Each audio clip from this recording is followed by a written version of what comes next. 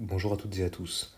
Pour préparer cette journée numéro 1, qui se tiendra le 7 décembre 2020, je vous invite à parcourir les prérequis que nous avons fait passer par mail sur le document qui vous a été transmis. Je voudrais juste vous présenter d'abord une vue générale de l'approche d'une bibliographie efficace. Et vous verrez que les différents points que je vais mettre en exergue feront l'objet de prérequis spécifiques dans le document qu'on vous a envoyé. Globalement, ce que l'on veut vous apprendre à faire, c'est à structurer une bibliographie efficace de bout en bout. Pour ça, il faut commencer par se poser une question qui a été correctement formulée. Et vous verrez qu'il est important de distinguer ce qu'on appelle les concepts clés et les mots-clés lorsque l'on se pose une question clinique sur laquelle on veut faire de la bibliographie. Et il est important de structurer ces concepts clés et ces mots-clés grâce à certaines méthodes, comme par exemple la méthode PICO. Vous aurez dans les prérequis une partie qui est dédiée à cette méthode-là pour vous apprendre à structurer vos questions de recherche. Deuxièmement, on va vous demander d'adopter une stratégie. Il y a différentes stratégies de recherche, comme vous le découvrirez sans doute. On vous en présente deux, très simples. La première, c'est ce qu'on appelle une méthode top-down ou une méthode de proche en proche.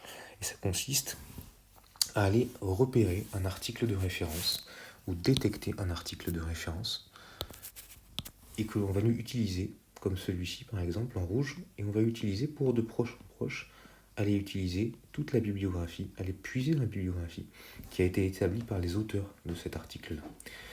C'est souvent une méthode qui est utilisée par les internes en début de cursus et qui permet de se baser sur ce que pensent certains auteurs de référence. C'est très pratique, mais ça n'est pas une méthode exhaustive.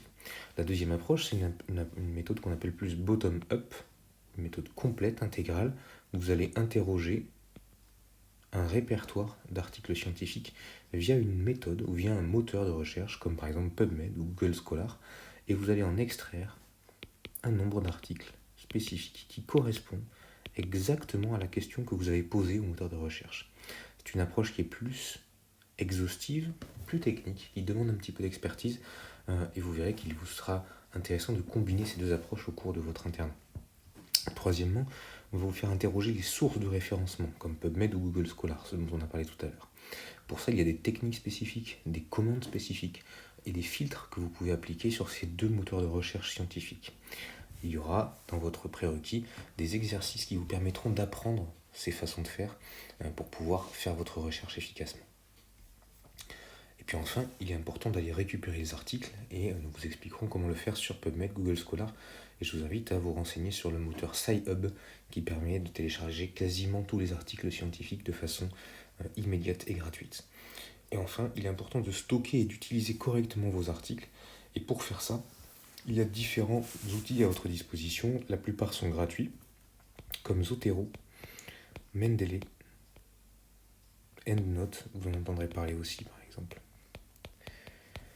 Un des plus pratiques est Zotero, parfaitement gratuit, facile à télécharger et facile à utiliser. C'est celui-ci que l'on va vous inciter à apprendre à manier dans ses prérequis et dans les exercices qui y sont attachés. Donc je vous invite maintenant à aller vous reporter au document de prérequis qui vous a été fourni et de suivre à la fois ces différents items et les exercices qui vous sont proposés pour apprendre à les apprivoiser. Et je vous invite à faire ces exercices-là parce que lors de la journée de la semaine prochaine, on considérera que ces exercices ont été faits et que la découverte de ces différentes techniques a été faite en amont de la journée d'enseignement. Je vous remercie beaucoup.